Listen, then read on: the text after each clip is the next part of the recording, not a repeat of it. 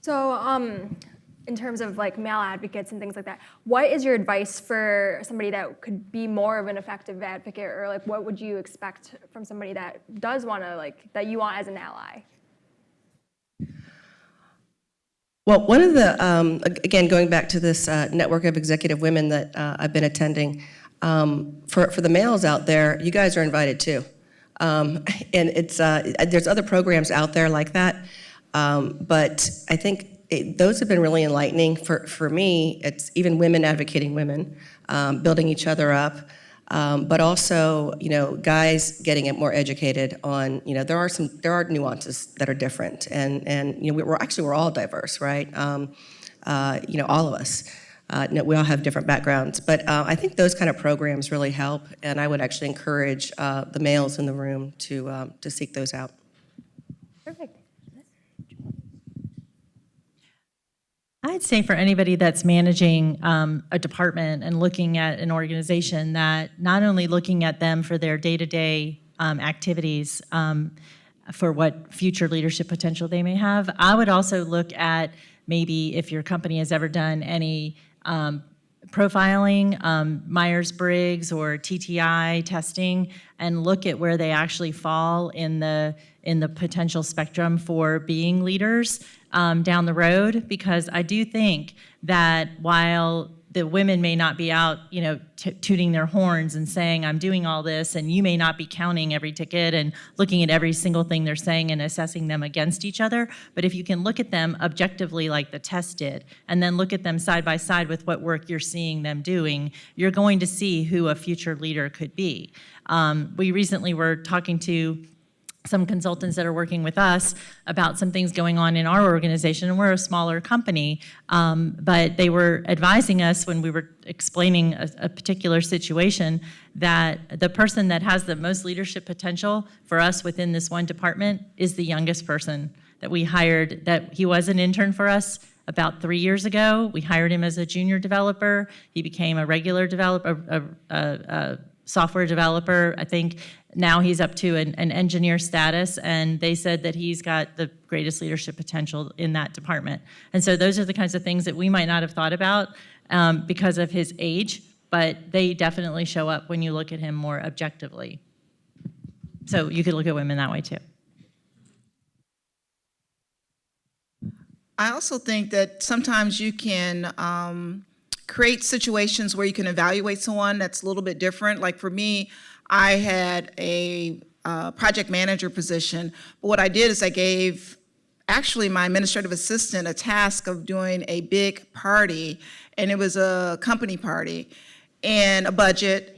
And I was curious what she would do with it. And let me just tell you, it was a really big event, so it was a lot of moving parts. And she got promoted from that because I needed something to kind of evaluate it. And I wanted to make sure that I felt that she was ready. And I know she was a great administrative assistant, but I wanted to make sure she was ready for something else. And so I say that to say someone did that to me, and that's how I got one of my bigger promotions. And I felt that I was given to it because I was a woman and because I was the only woman in the department. And he explained it to me later, but he said, you know what, I knew you had the potential and you run us. But if I had tried to push that promotion through without some type of basis, I wouldn't have been able to get it through. And he said, but based on that, because it was such a big event and your budget was so huge, I was able to promote you significantly, so.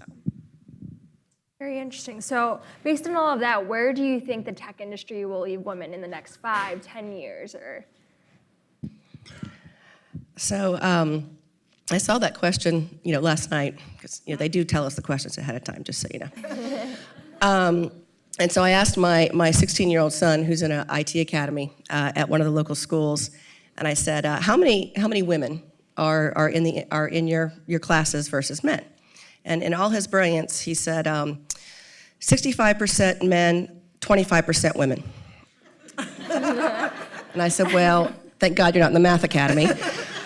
And he goes, no, wait, Mom, I mean 35%. And my point being that, we're getting there, right? I would have guessed fewer women or girls in his class. And even earlier today, I did a count, and I came up with 60-40. Again, my son would have come up with 60-30, but we're about 40%. And so I think it's continuing. We're getting there. We need to continue to mentor to get more women involved in these types of industries. And yeah, I mean, I think we're getting there. We just need more advocacy. I agree with that. I think the 60-40 is probably really high, but the fact that they got a women's panel, I'm sure that drew some of these women in the room, right? I think, right. I think being an advocate for women is the best thing we can do in terms of what that industry is going to look like from a tech perspective going forward. But I also know that there are laws right now. Like California has a law that says you have to have a woman on your board, something they came up with, right? I've read articles lately where there are millionaires and billionaires that are investing in women in technology. So I think it's a thing, right? And I think it's catching on. But it behooves people like us to reach out, right? And the other thing is, we as women think that if I'm a tech person, that means I'm gonna go in this black, dark room and I'm gonna code and there's nobody to talk to. So that doesn't always fit our personality, right? And that's not anywhere true. I have an undergraduate degree in accounting. Now, I did learn quickly I wasn't a bean counter. I'm sorry. And I'm not either. Yeah, right, she's in over accounts payables. So, but my point is, it doesn't even really matter what your background is, right? There's project managers, there's business analysts, there's people that need to know how to talk to the business to get technology built. And so we need to preach that to these young girls that are coming up in the IT space, right?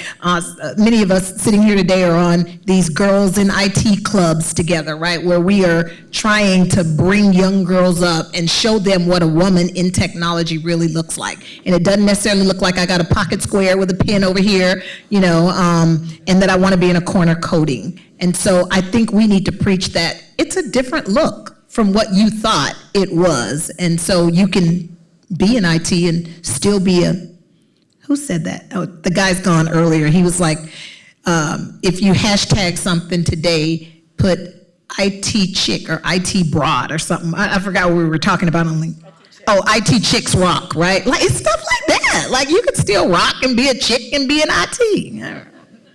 It's a whole thing. Yeah, I definitely see women developing into more leaders in technology and just more women in technology because of all the things Melissa just said. There's a lot more to it than just coding and developing and being a part of the team that's actually building the platform in our case. And Wendy and I were in a meeting not that long ago where FSCJ was asking us about, what things they need to be working on with their students. And we talked about how, you have to really be able to communicate. And I told the story about, I had an example where a QA person had actually tested something and sent it back to the developer and said that it actually had failed the test. And we didn't know why. And so they had to have a conversation. And after they had the conversation, they realized, well, the person had actually written the description of what it was supposed to do incorrectly because he'd first switched two phrases with each other and it didn't make sense. So what she was testing for wasn't what he really wanted her to test. So communication is a huge part of technology, and I think we need a lot, and I think women are really good communicators. Men are good communicators too, but I think there's a lot of different roles within technology that can be filled by women coming up, and I think it'll definitely get better in the next 10 years. I also think, and as Melissa said, a lot of us do a lot of volunteer and give back with the girls in IT. We work with the different colleges, local colleges and universities. But I think also, even though those companies in California are dictating that a woman has to be on the board, I think a lot of companies, not only in California, but here locally, they don't always have the support in place for women. And so, having said that, some women, we have to find our own support sometimes. Thank you. Yeah, I definitely thank you so much for everybody's insight. Like, I'm very new to this industry, so it's like very interesting to hear like from a different perspective, especially in leadership.